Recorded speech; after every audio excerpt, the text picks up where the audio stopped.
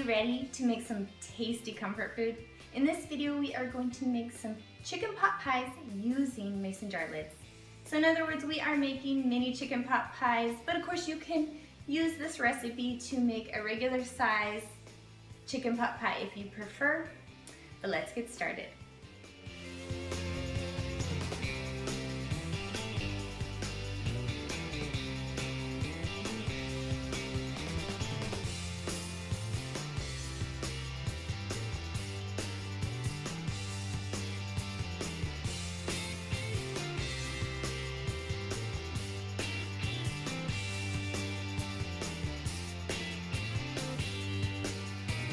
Okay, so I'm gonna get a soup pan and I'm gonna start heating it up on medium heat, and I'm gonna take about 2 tablespoons of butter and start melting it in a pan. Now I'm gonna take 1 onion, and this I already chopped up, and just put it in the pan. Okay, so now I'm gonna take some seasoning and I'm gonna use some garlic powder. I just put it in, and then some seasoned salt. And also put it in there, and then give it a good stir.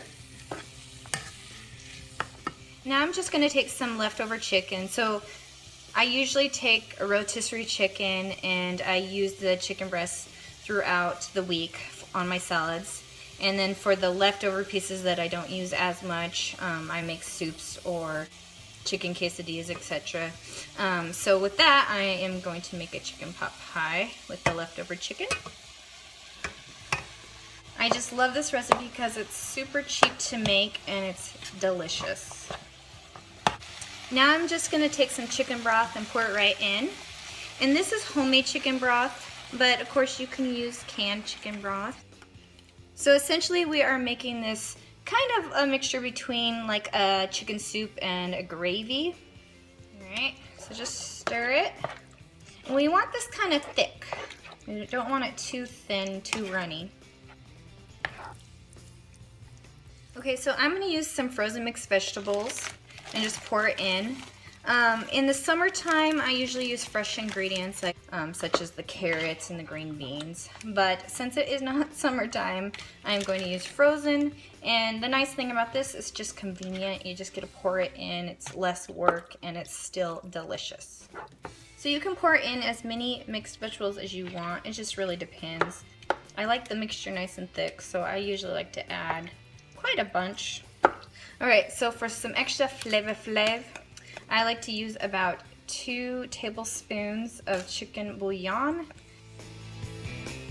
This makes it a little more salty, and with chicken pot pies, they do get bland with the crust if you do not add a lot of salt. So that's what I like to add to it, just gives it a little extra. And plus it tastes amazing in here. So now I'm going to add about 3/4 cup of half and half, and you can use heavy whipping cream if you want. So with adding half and half, it gives it a creamier, gravier taste, which is what you want for a pot pie. Okay, so before the ingredients heat up, I'm going to add some flour, and I'm going to add about 1 tablespoon so it thickens it up. And you want to do it before all the ingredients heat up, or you can get lumps. You can use cornstarch if you have cornstarch instead of flour, but I don't like the flavor that the cornstarch gives, so I just add some flour, and this will help thicken it up. And once it is thick, we can add it to your pie crust. Okay, so now you want to get some pie dough or pie crust, and this is homemade. If you don't know how to make it, I will link the video below, but of course you can buy dough from the store. And I'm just going to put some flour out here and start rolling it out. And I'm going to try to roll it out pretty thin because you don't want your crust to be too thick. Okay, so now you want to get your mason jar lids, and you know how normally you put them in like that. You want to actually turn it around the other way so it kind of seals it. And then you want to take some cooking spray and just spray it, and then put it in your pan just so they don't leak. Now I'm going to kind of cheat. I'm going to use these. These you usually use for hand pies, but on the back it has this perfect spot where you can cut out dough. And if you don't have one of these, I usually just use a knife and kind of measure it on here, but I'm gonna actually cheat because my husband just got me this for my birthday. So you just press it down and then you pull it up, and kind of hard to see, but I'll show you. And it's perfectly round. And then you'll just want to put it right in the mason jar lid. Just kind of show you, just put it in and press it in there. But you want it to have a little extra. It kind of acts as a cup, but it keeps all the mixture inside. And then you want to take the smaller one, or like I said, just measure it, and then put that down. And this will be for the top, because you want the smaller one for the top. And you want to kind of work fast because the dough does dry out. But I'm just going to continue doing this. Okay, so it has thickened up nicely and we are ready to put it into the pie crust. Okay, so now you want to put the filling into the pies.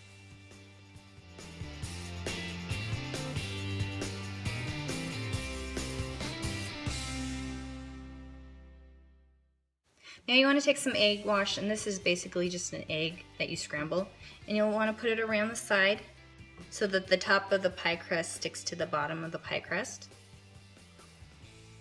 And then you want to just put your top pieces on and then kind of squeeze them together.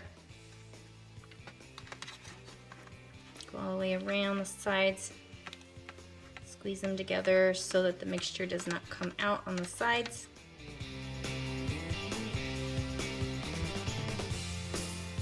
And just continue to do that with all of them. I usually make these about once a month. The great thing about mini ones is you can take them and you can freeze them and you just can pull them out when you need them. But to tell you the truth, they really don't make it to the freezer because my family loves these. And the other great thing is if you have too much mixture, you can always freeze this and then take it out and thaw it and make it for another day. All of this you can freeze, so that is really nice. And now there's a few different ways you can finish with these pies. You can take a fork and just make a cool design on the side. And this kind of helps the dough stay together, plus it looks prettier. So you just want to go around it. And if you have excess dough, you can go ahead and just cut it off, it's fine. Or another way, you can just kind of fold them over, kind of pinch it. And that can look pretty.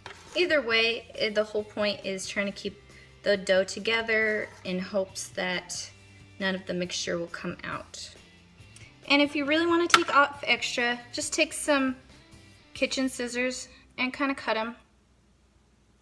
But like I said, you don't have to take off extra, but if you prefer it, you don't like a lot of extra dough, then just cut it off.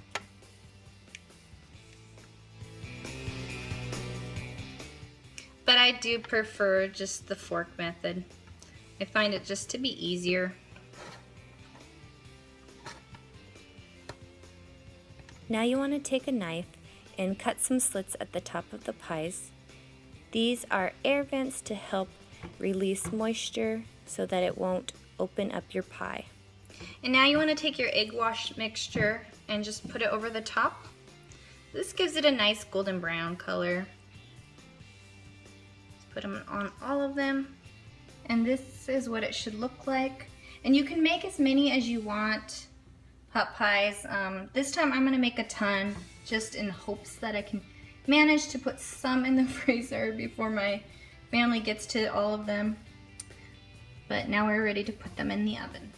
Now you want to put your chicken pot pies in the oven at 375 for about 20 minutes, and just until the crust gets golden brown and it becomes harder and less doughy. So we will check it. Okay, so it has been 30 minutes, and let's check on the pot pies. All right. Yep, they are done. So what you'll want to do now is you'll want to pull them out, and then you want to cool them off by just putting right on this cooling rack.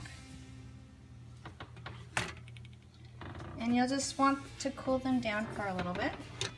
And as soon as they cool down a little bit, they will be ready to eat.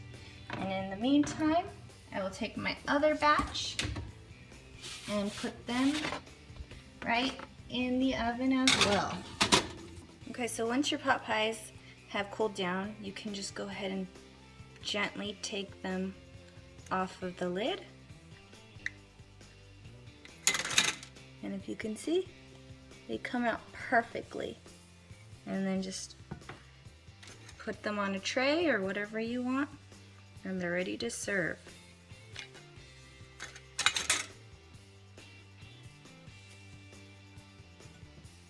All done.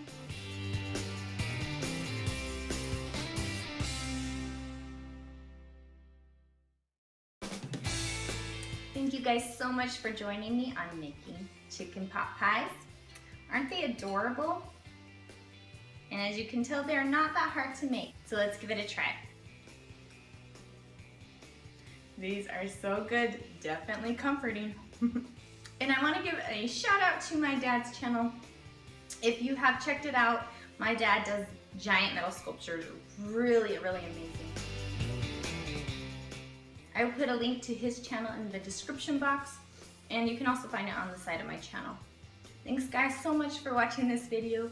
Please come back again, subscribe, like this video. Bye, and see you in the next video.